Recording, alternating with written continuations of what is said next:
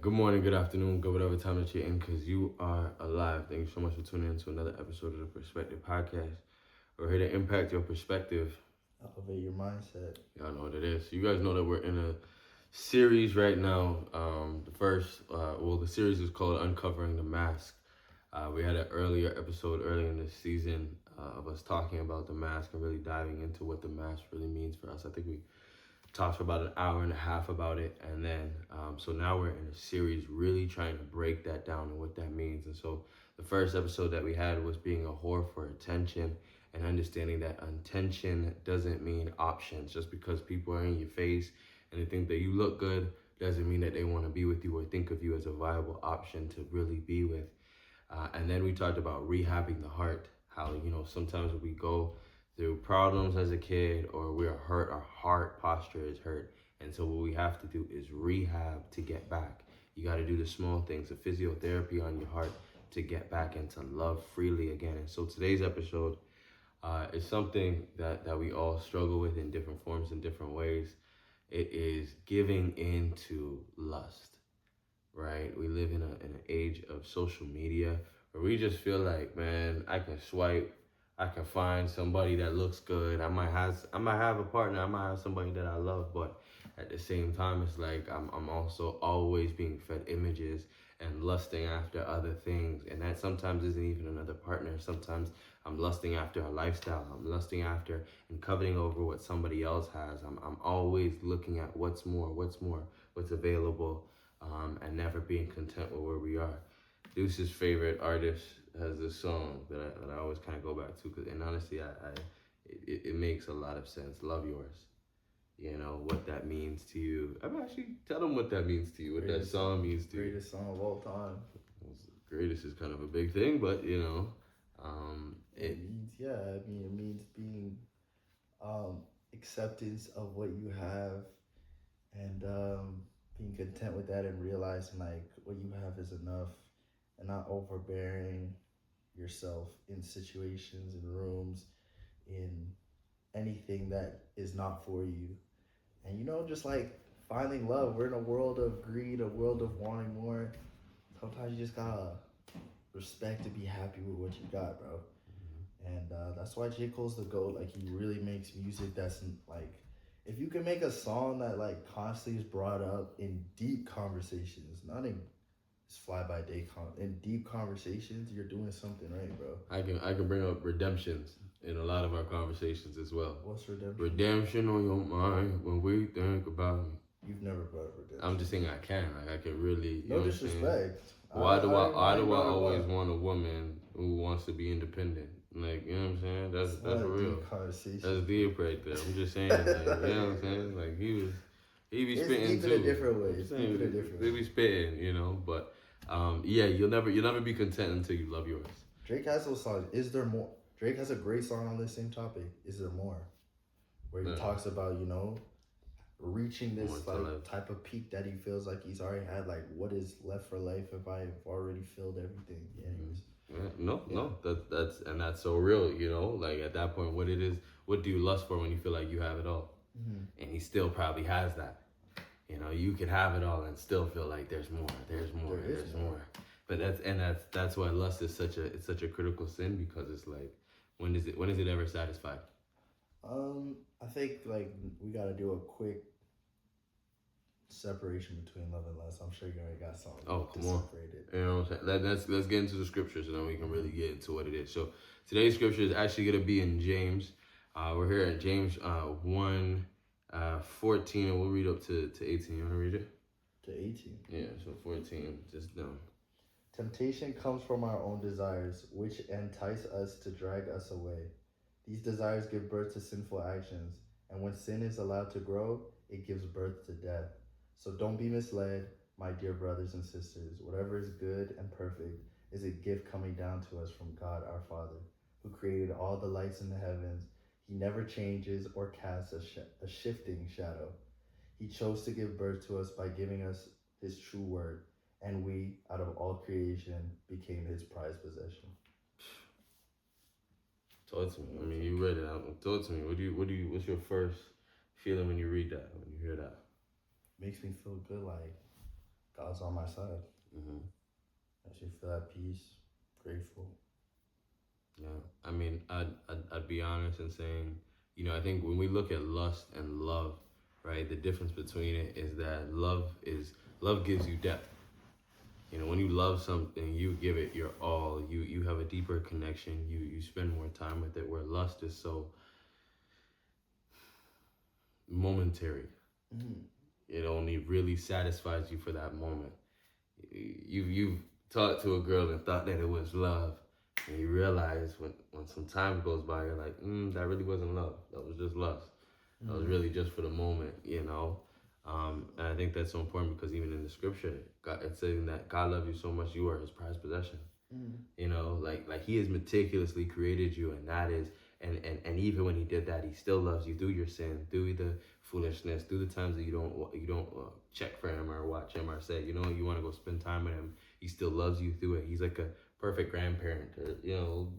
I like saying father, but at the same time, your grandparents, no matter what you do, they still love you. Like you barely see your grandparents mad because at the end of the day, it's like they're just so happy to have you that it's like everything you do is this huge thing, and they're just so surprised, like they haven't seen it before, but they're just like in so awe that this is my grandchild. You know what I mean? I think that's the love that I look at when I hear those scriptures and when I understand what God is.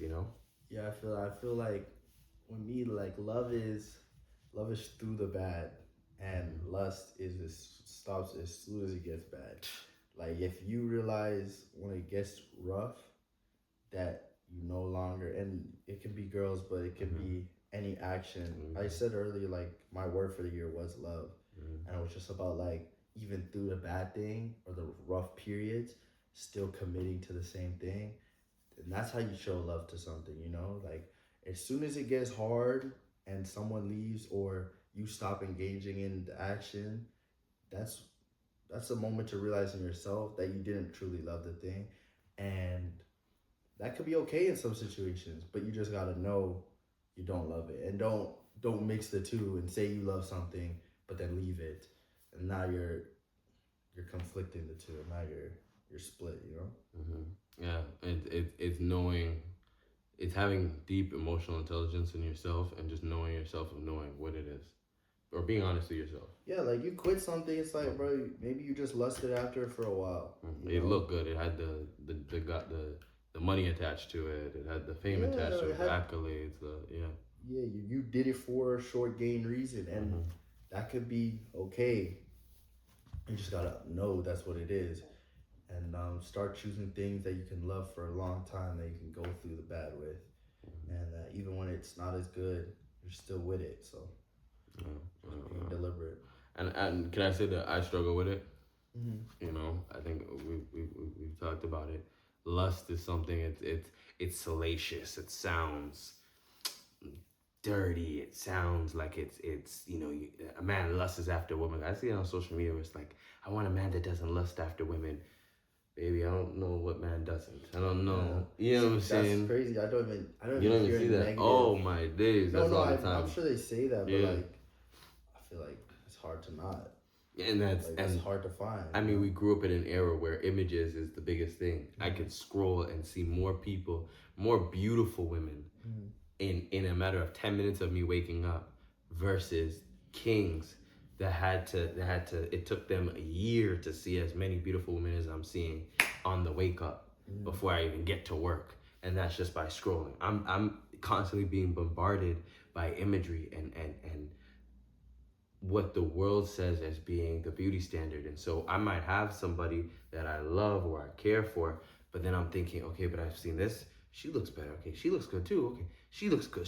So you're constantly now comparing by accident all these things that you're lusting after that once you actually get, you really don't want, and then you're comparing it to the thing that you do love, that you do want. And I said it's like with all things, if it's good in the short, it's probably bad in the long term, and if it's bad in the short term, it's probably, as a great rule, it's probably good in the long term. So like, yeah, if you get with someone and it's great at the beginning and no problems, it's like, okay, that's probably a sign. Like, and it's not always the case, but you guys gotta go through some or figure out it should be some type of friction Something. early. Yeah. You guys are talking about your own ideals, and Mhm. if you guys just gel and everything's perfect, it's like, we should have to battle a little bit, something figure should each other happen. out. Yeah. And that's growth. Iron sharpens iron. Mm-hmm. Proverbs. I think so. When we talk about the contrast with lust, lust is impatient, lust is self-seeking, lust takes where love builds. And I think that's the biggest thing when we talk about a fleeting moment. Lust is that fleeting moment. There's women that I've talked to or been with, and I wanted them for the moment. And once I don't want to say had them, but once I experienced them, I realized, ooh, no, I don't want that. And there's women that I never thought that I would love, that I've loved and been like, whoa, okay, this is deeper. This is a real understanding. It's a deeper connection. It isn't just about the temporary. It's really about something that we have to build. Love you need to build. Lust just takes away those moments. It puts scars on your soul, and it doesn't allow you to really get into depth. And I think if you want to move into something bigger, then you need to be at places that build instead of ones that take away. Lust is just an action. It's a mindset. The battle is in the mind before it's in your hands. I think that's a big one for me. When struggling with that temptation, you gotta know that it's like a bird in the hand is worth two in the bush. Mm-hmm. What you have today, you could lose chasing the two that you think is in the horizon. Yeah. You gotta make that decision. Tough decision, okay. Especially if you're ambitious, like, whoa, I might risk it for the biscuit. No, sorry, that's against this. I might risk it for the biscuit. I said I might risk it. Like, sometimes you gotta shoot it. Try to get a snake eye. You know what I'm saying? You're talking about like if you have a good woman. You have a good woman, okay. and you do her dirty because your neighbor was you know what I'm saying, was talking to you kind of crazy. You know what I'm saying? You thought you had to get that pressure on you. Yeah. Now you lost a great woman messing with a chicken head. Like, you know what I'm saying? It happens. You know what I'm saying? It's unfortunate. Lust says take what you can while you can, though. That's what love says. So you always feel like I can't trust my partner. I can't trust myself. So it's like I might as well just indulge. I got to take what I can. I don't know what this is, and that's why it's so important to watch your counsel, because when you have those thoughts in your head, if you don't have the right counsel, you'll give into lust very quickly, because yes, lust says take what you can, but love says build something that lasts. What type of foundation do you want to have? And especially if you're a man listening to this, how you trying to lead your house? How do you want to lead your household? How do you want to lead the people that God has entrusted to you? So you gotta every day ring out that I don't want to say lust demon, but lust thoughts, lustful thoughts. Jezebel. The Jezebel spirit is running rampant in our era. You gotta be able to, and it's hard. Man, the great King David fell to lust. Bro, it's like very rarely anyone in the Bible. Can I tell you? He fell to lust, and his son did it times 700. Solomon. You know what I'm saying? The wisest man that ever lived. Samson. You know what I'm saying? And I have it. There's no one didn't get got. You know what I'm saying? I'm looking at it like, yo, that's crazy, because he was the richest. It says here, yes, beware of lust. King Solomon loved many foreign women. Besides Pharaoh's daughters, he married women from Moabite, Ammon, Edom, Siddim, and among them the Hittites. The Lord had clearly instructed the people of Israel, you must not marry them because they will turn your hearts to their gods.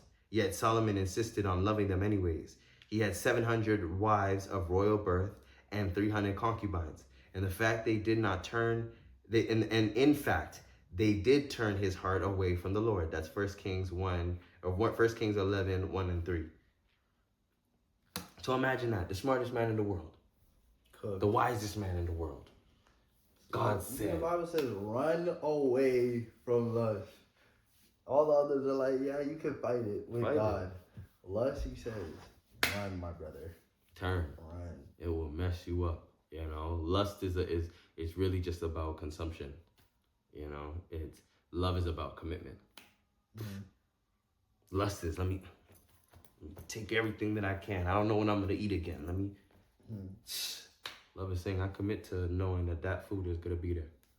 That person is going to be there. That I can trust that. And I think the thing is that we think that I'm talking to another person. I'm talking to me. Consumption means I'm gonna be gluttonous, take everything. I'm gonna accept everything. I'm gonna say yes to everything. Love is saying I love myself so much I'm committed to me before anything. I love me more than that. When I love me that much, I love me that much. Lust is many bodies. Whew. One emptiness. So who cares about what your account is? That's lust. If you still empty. Love is one person with endless depth.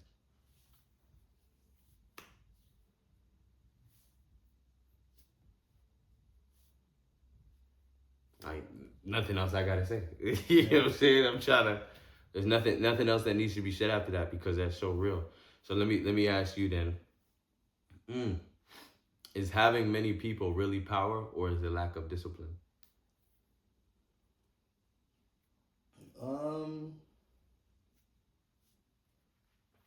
Both. I feel like having a lot of people is main power. But I don't think it's. Sorry, it's not both. But I don't think it's lack of discipline. In my experience, having many women takes a lot of effort. A lot of work. It takes a lot of work, and discipline is just where you apply it. I think it takes a lot of work. It's just like if you only have 24 hours of focused work and maybe 6 hours of focused work in that time. Why spend it on that? What was the first part of the question? Is having many people really power? Yeah. Having, so I grew up in an era where like my OGs would come to me and say, yeah, the more women that you have, the more of a man you are. Socially, so that was what we thought was power. I grew up thinking that was power. Like you had to have your number had to be, you had to really, really be a gallus. You really had to be that guy. And if you weren't, you were judged by the amount of women that liked you versus the amount of women wanting to stay with you. I think socially, yeah. I mean, power is a game with other people. So, yeah, I think socially, as men, you kind of automatically respect men that get women. So and you get on the ones that can't. Like you respect them less. Now, some people just it is what it is. But like you get like an automatic respect when you see a guy. A quick back ups. I just getting real women. So, I would say yeah. What do you think? No, I absolutely. I grew, and that's why I said that's how we grew up. You know what I'm saying? It was like whether you wanted to get enough geldom or not, it was kind of expected for you. It was like an unwritten rule that you just had to. You know what I'm saying? You know what I'm saying? It was the more that you obtained, the more that you got. I don't want to say obtained, but the more women that desired you, the more of a guy you were in the eyes of the community. That's like for all time. It's good. Probably always gonna be like. I don't think it's gonna change. It's just it's just you being desirable. You rate people that get shotties, but it just you gotta understand that's not everything. Yeah, not all mans can get the gal, so it's like it's an easy way for you to distinguish the mans that are really the guys and the guys that aren't. But and then there's different levels. Yeah, it's like understanding where you put. It's again looking for value externally or internally. For sure, because there's some mans that'll pick up a shotty with money, some mans that'll pick up a shotty without money. So even the man that got it without money, he's looked at a little bit better than the one that just led with money. You know what I'm saying? And it's like, okay, well, you paid for that. You didn't really get that. Like, you know what I'm saying? Like, she really thinks you're ugly, but you gave her a Chanel bag. So now, you know what I'm saying? She messing with you. So then let me ask you this. Have you ever been the one hurt by someone who was operating in lust?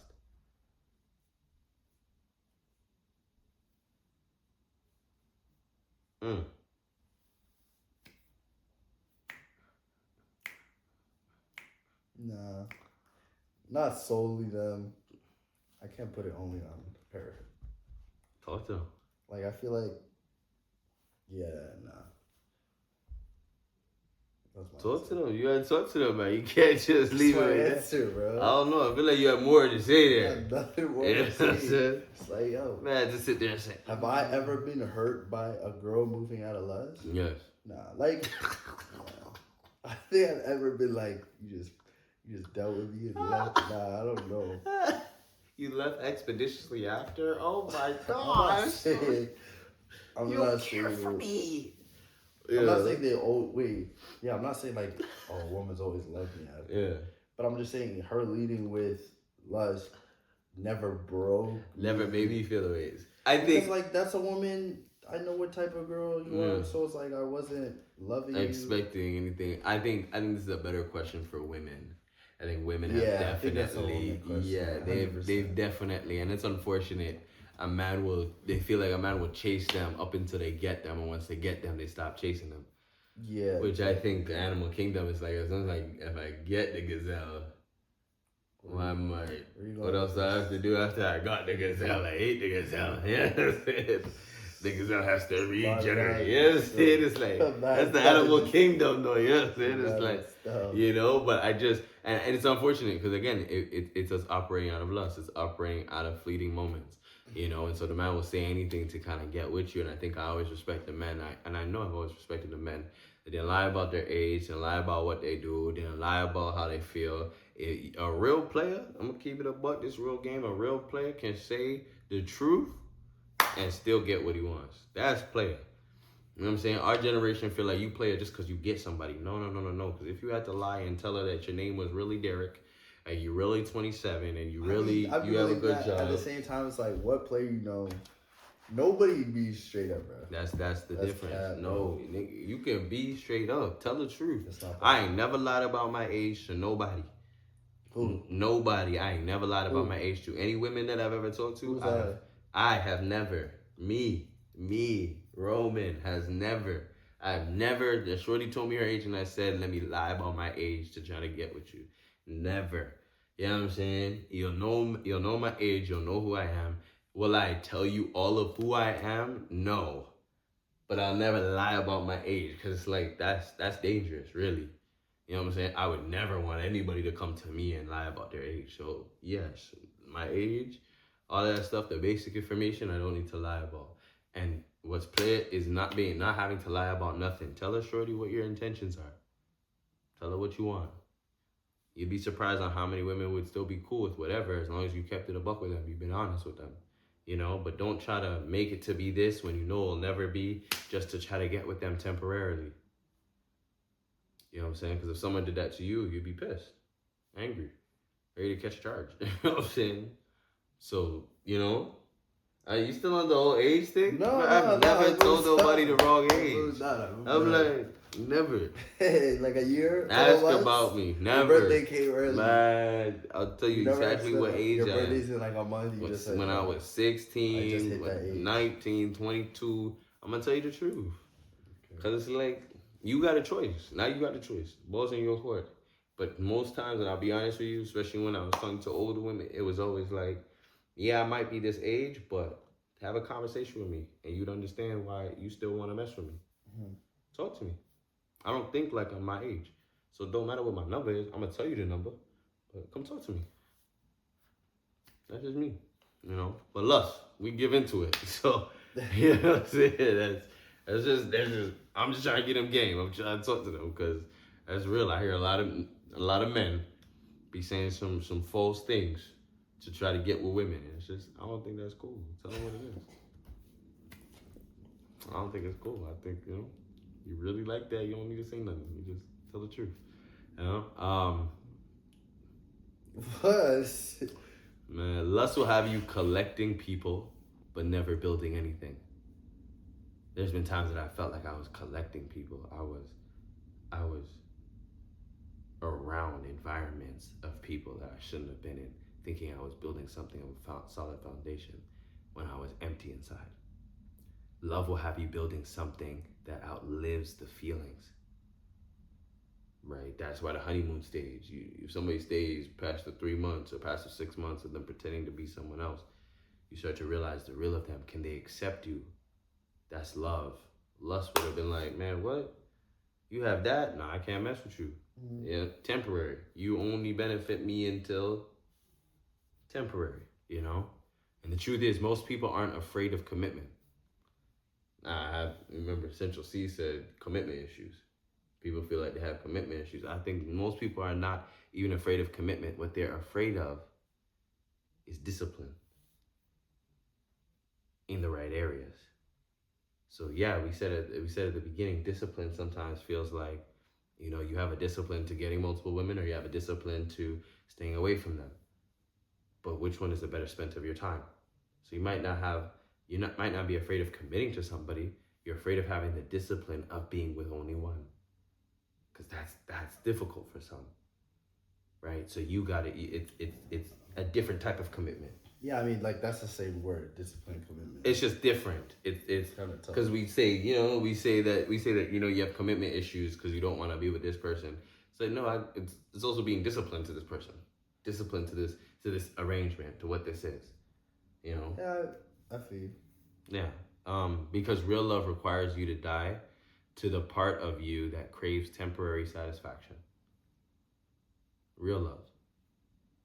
Real love is like a mirror, I think. Real love is you having to kill parts of yourself that only a mirror can reveal. Real love.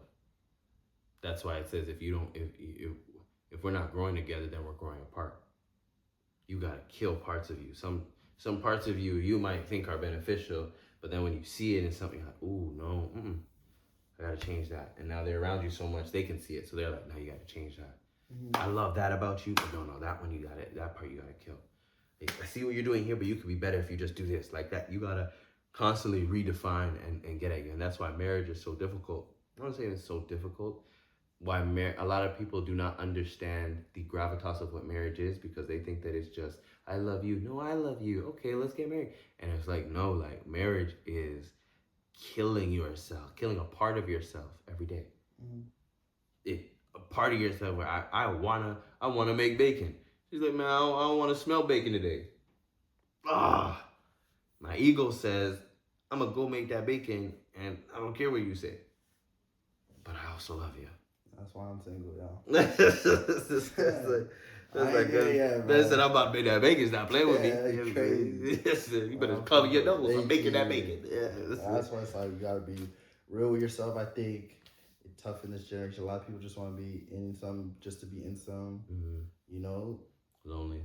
Yeah, like bro, love being alone, and in all this stuff you're saying with other people, but it is, and I think you said it too. But like it is you, it is with yourself first. Like you falling in love with photography, that journey of you getting better and better is gonna require you. Damn, I might have to start eating at 10 because the sun hits differently in my neighborhood. So in the same way of you can't eat bacon no more because of what you love. You can't do certain things because of what you love. Like stuff has to shift, and it could be eventually gets to a case where you don't love something and you aren't willing to sacrifice, but then it's lust, and you realize you just lusted after it. But yeah, once you actually love it, stuff gotta shift. Some parts you gotta die. That's the only way I understand it. When you start talking about another person, you're kind of lost me, because you're like, I don't want to even hear that. That part I ain't really trying to hear. Yeah, it's love of pursuits. Yeah. Well, that's the thing. It's coming to the table every day and choosing love over lust. It's two disciplines. You decide what you want to commit to. So what would it be? What would lust be in that photography situation?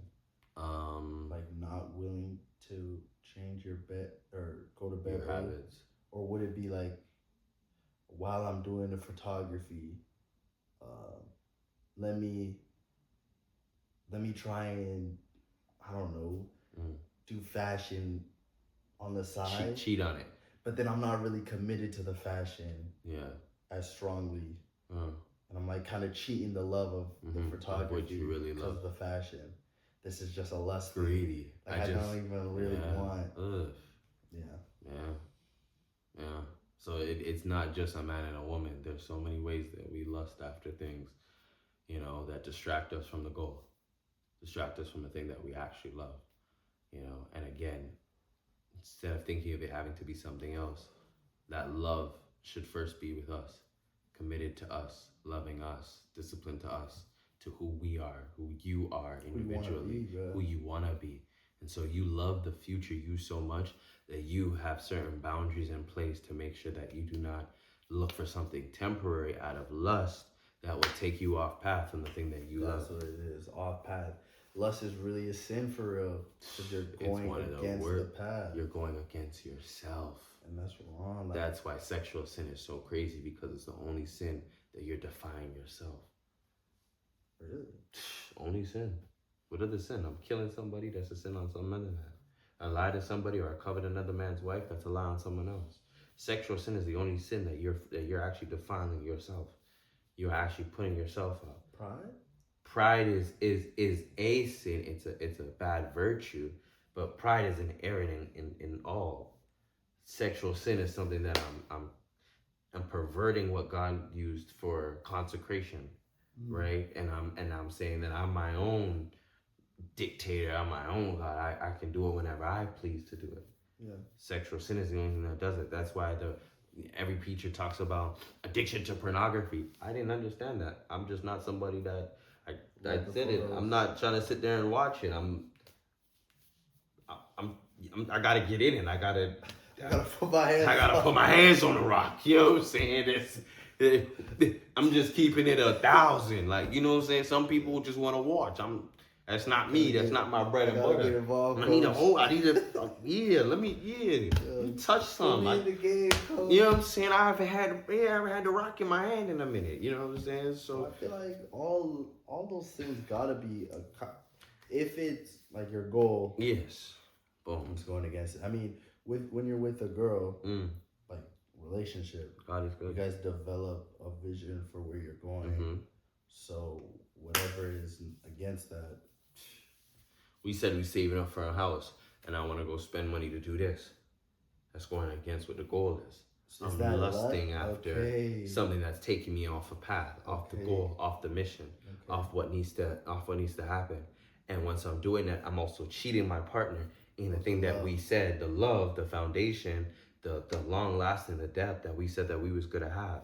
I cheated them to do that. That's why cheating is so crazy, because it doesn't have to be, I'm just sleeping with somebody else. Cheating is also, I wanted something else that takes us off of what our mission was. That's why it says when you get married, you now become aligned. You become one. Mm-hmm. Not just because it sounds good, but because when you now come together and choose to come together in those capacities, and you consecrate the marriage, now you become one in the Lord's eyes, right? And so now anything that I do that's split decisions, it's cheating my partner, cheating that person, you know what I'm saying? And so that's why, I don't know, everybody has their own, I don't want to say demons, because I think we just attract anything bad to saying demons, but everybody has our own battle to fight.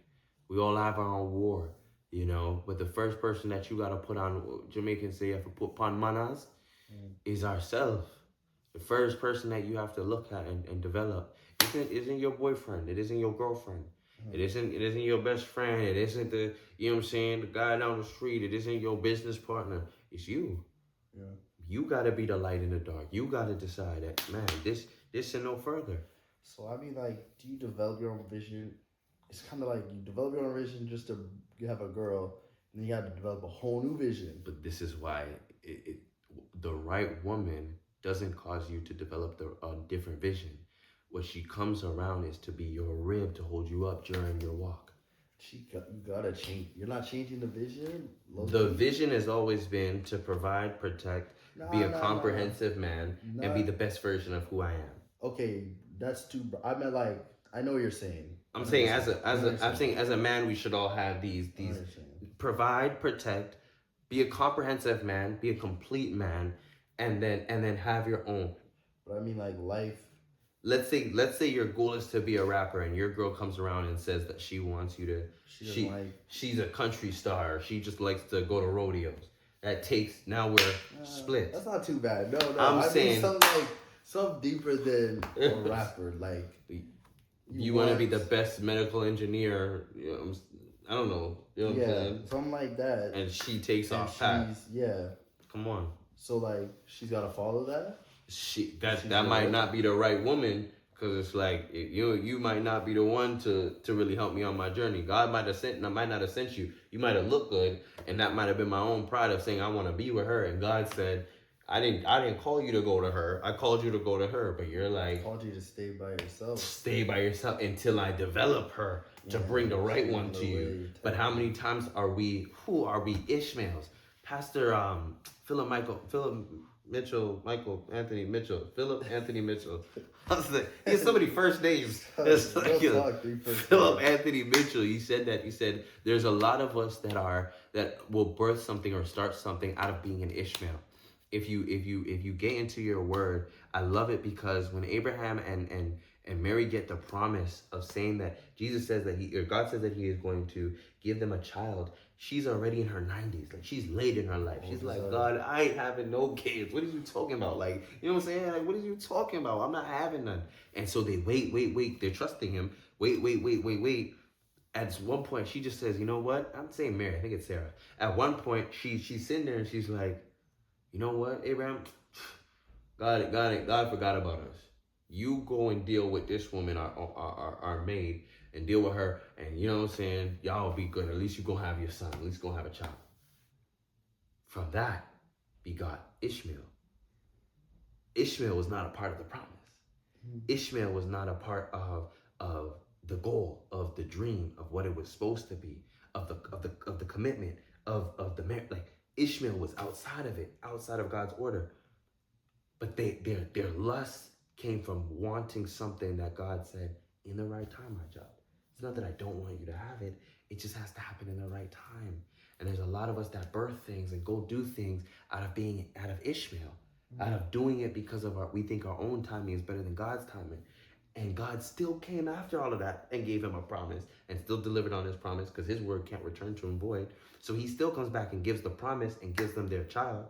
But Ishmael, and I want to say Isaac. I'm not remember Abraham's child. He also then had to sacrifice. Yeah, almost. I think that was Isaac. Is that Isaac? Yeah, I think that was. There we go. So I'm like, you know me. I know some of certain. About to get up. Man, about to. I didn't know. He said, "Where's the lamb?" Abraham said, "Where you taking me, Father?" Father. Where you God said, you know, but that's what makes it so much more crazy, because God promised it, you finally get it, and then he tells you to sacrifice it. It's like, what? It's like, man, God told you was going. I've been praying to God for $1 million. Then he give me the $1 million, and I said to go give it somewhere here. And you like, bro, I just got this. Like, what are you talking about? And now you have to go and do it. Like, that's the type of faith you have to know that if you have to give up that money, God's also gonna double it. You know what I'm saying? So it's one of those. Lust is so much more than just a man lusting after a woman, or a woman lusting after a man. Like, lust and the completeness of what it is. I think we dumb it down to just being sexual lust, but there's so much to it, right? Lust is getting off path, is getting off kilter.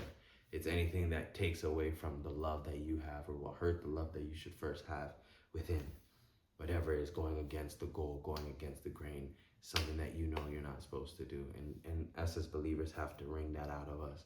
Us as people have to wring that out of us and really deal with it and kill that version of us, because it has killed many men.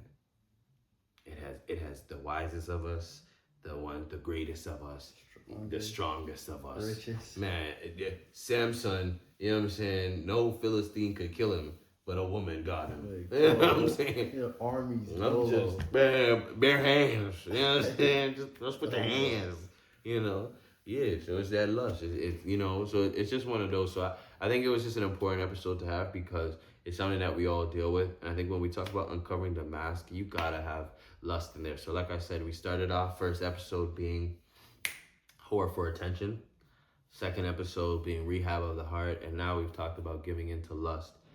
And I just can't wait for this series to just mature and for it to just be deeper conversations. But I can't wait for next week. I hope that you're tuned in. I hope you like, comment, subscribe. Thank you so much for tuning in to another episode of the Perspective Podcast. Y'all know 3 things are for certain. God is real. Make sure you read your Bible.